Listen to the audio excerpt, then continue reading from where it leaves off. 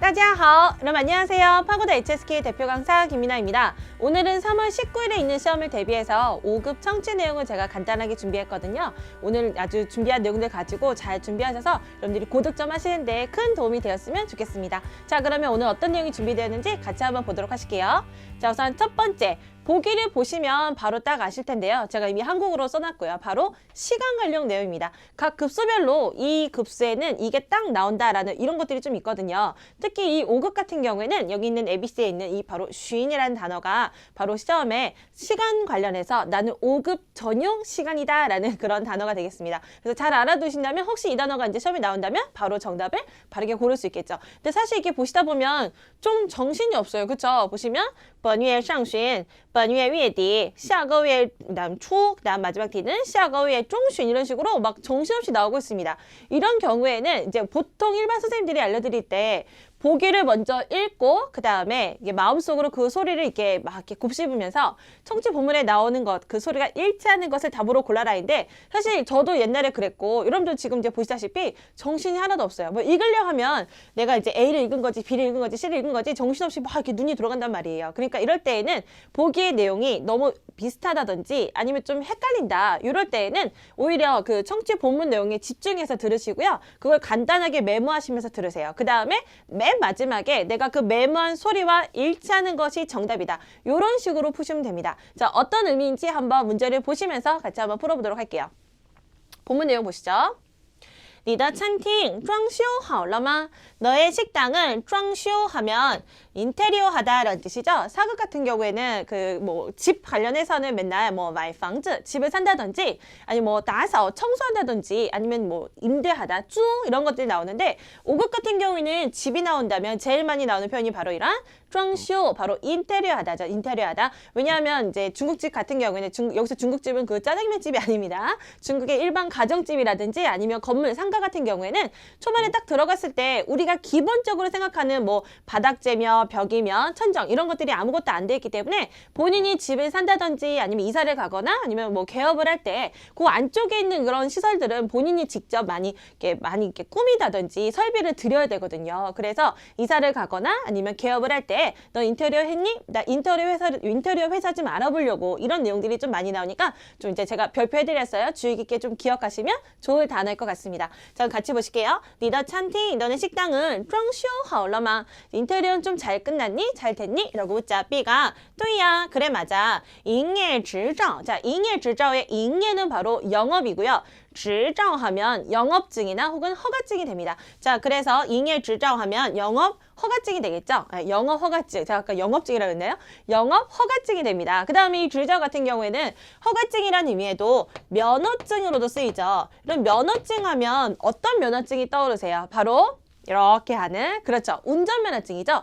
혹시나 사급분들이 운전하면 지금 카이처를 떠올릴 텐데 카이처 면허증이 아니고 다른 운전면허증이 있어요. 바로 驾驶执照인데 자, 얘와 얘가 소리를 담당합니다. 그래서 驾驶 라고 있고요. 옛날에 다 뭘 타고 다녔나요? 바로 따그닥따그닥 이렇게 말을 타고 다녔죠. 그래서 밑에 있는 말과 왼쪽에 있는 말이 나는 운전하는 거야 라고 알려줍니다. 이게 바로 驾驶 운전하다고 驾驶执照 하면 운전면허증이 됩니다. 이것도 많이 나오니까 같이 알아두세요. 한번 읽어볼까요? 驾驶执照 다시 한번 驾驶执照 이러면 운전면허증이 되겠고 营业执照 하면 영업 허가증이 되겠습니다. 그래서 이 执照는 무슨 뜻이라고요? 허가증이나 아니면 면허증으로 쓰이게 됩니다. 자, 그럼 이어서 볼게요. 맞아. 영업 허가증 역시 批下来了. 이 피 하면 물론 피 하면 떠오르는 단어가 무엇이 있어요? 바로批评이겠죠. 그죠? 그때 그 비평하다라는 피이기도 하지만 얘는 또 양사로서 묵급 다발도 되고요. 묵금 다발. 그 다음에 비준, 허가, 허락하다 할 때 그때도 피가 됩니다. 그래서 营业执照 영어 허가증이 떨어져 내려왔다. 허가가 떨어졌다. 이런 뜻이에요. 허가가 떨어져 내려왔어. 그 다음에 결정적으로 하나도 안 들려도 괜찮죠. 왜냐하면 이미 우리가 이제 문제를 봤잖아요. 문제 보기를 이제 먼저 본 거죠. 보기를 먼저 봤을 때 아, 이 문제는 뭐를 묻는 것이다? 바로 시간을 묻는 것이다 라는 예측이 됐었기 때문에 이 중간중간에 얼마나 어렵습니까, 여러분? 装修, 营业执照, 批下来 너무너무 어렵습니다. 하지만 이런 소리들은 우리가 들을 필요가 없는 소리고요. 어떤 것에 집중하시면 돼요? 시간이 나온 무대에 이제 집중하셨다가 간단하게 메모를 해두는 건 좋아요. 왜냐하면 아까 전에 ABCD를 봤을 때 너무 혼란스러운 보기였기 때문에 거기 안에서 눈을 마주치고 봤다가는 막 정신없이 답을 고를 수 없으므로 본문 내용 들으시다가 소리가 나오는 부분에 집중하셔서 거기에서 간단한 메모를 하시고 마지막에 답을 체크하시면 된다. 이렇게 말씀드렸습니다. 한번 먼저 볼까요, 내용을? 下个月中旬就开业了. 자, 下个月 다음 달, 中旬 중순. 그래서 내가 메모를 한다면 下个月 그 다음에 中旬 이렇게 저는 한국어로 메모해 둘 거예요. 下月 그 다음에 中旬 이런 식으로. 이따가 보기에서 이거 소리 나왔네? 얘가 정답. 이렇게 캐치하면 되는 거죠. 왜냐하면 내가 누구에게 보여주려고 시험이 되는 게 아니고 지금 나만 알아볼 수 있는 키워드를 남겨두면 되는 거잖아요. 그래서 소리를 기록할 때에는 이게 내용을 내가 기록할 때에는 소리로 기억하시는 것이 제일 좋아요. 아시겠죠? 자, 내용 다시 봅시다. 다음 달 중순, 중순이면 바로 开业了, 영업이 시작돼 라고 했습니다. 자, 그럼 보기 가운데 다음 달 중순은 무엇일까요? 자, 그럼 같이 한번 보기 보도록 할게요.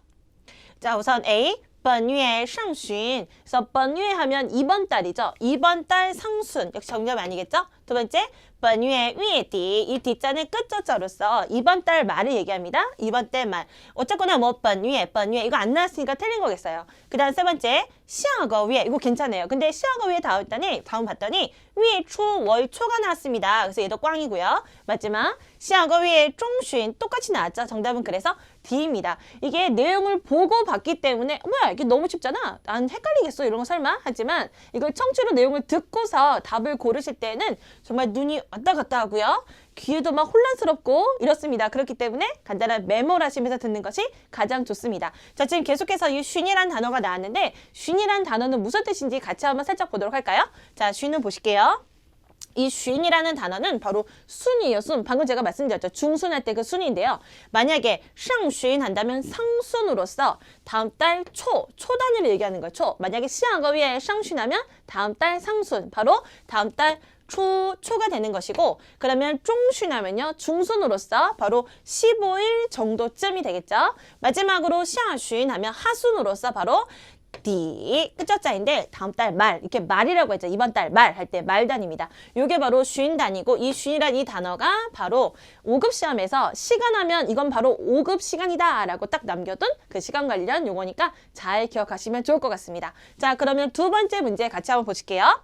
자, 두 번째 문제 같은 경우에는 보기 먼저 보실까요? 이렇게 보기를 보시면 签字이고요. 그 다음에 捐证이고요. 그 다음에 세 번째는 叫救护车이고 마지막은 办住院手续가 되겠습니다. 역시 그렇게 쉽지 않은 그런 이제 단어들이 여기 나열되어 있는데 저기 제목에다가 지금 병원이라고 해놨거든요. 도대체 어떤 내용이길래 이게 병원에서 나오는 것인지 이제 한번 내용을 집중해서 볼 텐데 우선 그 전에 여기 중에 좀 단어가 어렵긴 하지만 아까랑은 좀 다른 느낌이 있습니다. 아까 문제 같은 경우는 뭐야 A랑 B랑 C랑 D랑 뭔가 비슷해 이런 느낌이었기 때문에 본문 내용에 오히려 집중하시라고 했잖아요. 근데 이 ABCD 같은 경우에는 전혀 다른 내용들이 나옵니다. 이렇게 전혀 다른 내용들이 나올 때는 이 중에 하나 걸린 애가 정답이기 때문에 반드시 마음속으로 먼저 이렇게 소리를 내어보시고 그 다음에 얘가 소리가 겹쳤어. 그럼 얘가 정답이야. 이런 식으로 푸시는 게 좋습니다. 자, 그럼 본문 내용 같이 한번 보실게요.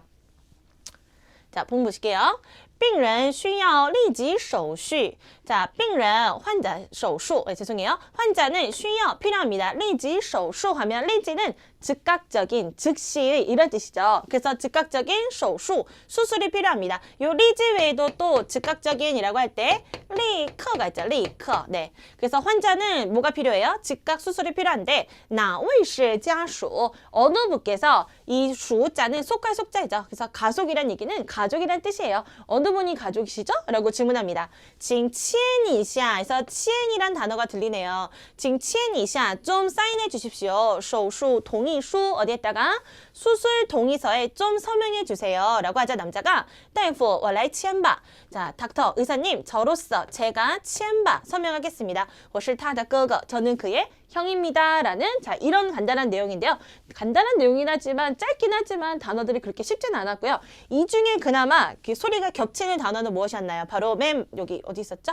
A에 있었네. A에 있었던 치엔즈의 치엔이라는 단어가 본문에서 똑같이 나왔죠. 그러니까 이렇게 똑같은 만약에 복이항의 내용이 전혀 다르게 나왔다면 똑같은 단어가 있는 것이 정답이라고 생각하시고 걔를 답으로 고르시면 돼요. 치엔즈가 무슨 뜻?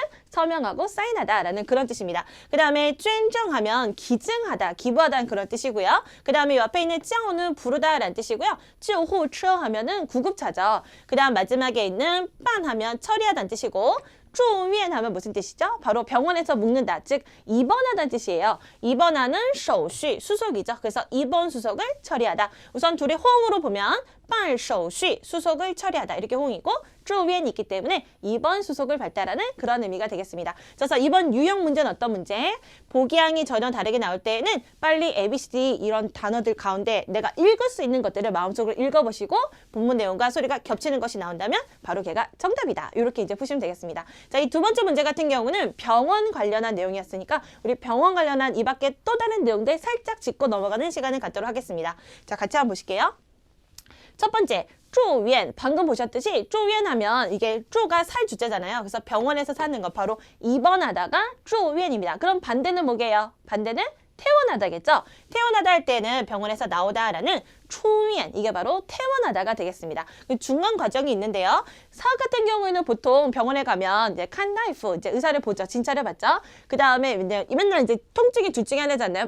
이렇게 기침을 거서하거나 아니면 파샤 열이 나죠. 감기 걸려가지고 이제 병원에 가면 打针吃药, 보통 뭐 하죠? 이렇게 打针, 주사 맞거나 吃药, 약을 먹죠. 근데 5급 같은 경우는 약간 좀 복잡한 이런 과정들이 있어요. 우선은 去挂号处, 꽝하오가 바로 번호를 걸다, 즉 접수하다는 뜻이거든요. 그래서 접수처입니다. 접수처에 가서 꽝하오, 바로 접수하다 라는 뜻이죠. 같이 한번 읽어볼게요. 去挂号处挂号, 접수처에 가서 접수를 합니다. 자, 그 다음에 본인이 원하는 과목이 있잖아요. 그 과목군에 가가지고 직접 접수하시면 돼요. 만약에 난 내과에 가고 싶다. 내과에 접수한다 그러면 과内科 하고요. 그 다음 피부과에 접수한다 그러면 과皮肤科. 그 다음에 마지막에 나는 치과에 좀 접수하고 싶다 그러면 과牙科라고 하시면 돼요. 어렵지 않죠? 자, 그 다음에 보통 이제 5급, 4급은 그냥 이렇게 약 먹고 주사 놓으면 낫는데 근데 5급에서는 가끔 수술을 시킵니다. 네, 그래서 수술하다는 내용이 나오거든요. 근데 이건 청취뿐만 아니고 어순배열 시험에서도 쓰기 이래서 나오기 때문에 좀 알아두면 좋을 것 같아요. 수술을 하다 할 때 동사는 우선 하다라는 做를 쓰죠. 做手术 이렇게 말이에요. 그 다음에 动手术라고 똥을 써도 괜찮고요. 그 다음에 진행하다라는 进行 있습니다. 그래서 进行手术. 그래서 예를 들어 할머니의 수술이 进行得很顺利, 진행되어지는 그 정도가 굉장히 순조롭다. 이렇게 어순별에도 나오니까 같이 호응되는 동사구나 라고 알아주시면 좋을 것 같아요. 자, 이렇게 해서 오늘 병원까지 같이 정리해봤습니다. 사실 제가 오늘 준비한 내용이 그렇게 쉽진 않아요. 왜냐하면 보편적인 내용이 아니고 5급에서는 이것만 그러니까 이런 애들이 있거든요. 그 중에 아까 하나가 무엇이었나요? 처음에 배웠던 게 우리가 처음에 했던 거 기억나세요, 여러분? 5급에서 이거는 바로 시간이었죠? 그래서 순단위가 무엇이었나요? 바로 쉰. 그러니까 단어를 모르면 풀 수가 없는 그런 문제예요. 쉰, 중순단위. 그래서 소리가 겹치는 거를 맨 마지막에 너무 ABCD가 막 장황하게 나올 때는 본문 내용 먼저 메모해 두셨다가 겹치는 애가 났다면 마지막에 체크해서 정답 이렇게 찾으시고요. 그 다음에 두 번째 문제 같은 경우는 보기의 내용이 상당히 어려웠습니다. 하지만 그나마 고마운 것은 겹치는 내용이 없었다라는 거예요. 이렇게 겹치는 내용이 없을 때에는 그 중에 하나 나오는 것이 정답이기 때문에 빨리 녹음을 하시고 마음속으로 소리를 내어 읽어보신 다음에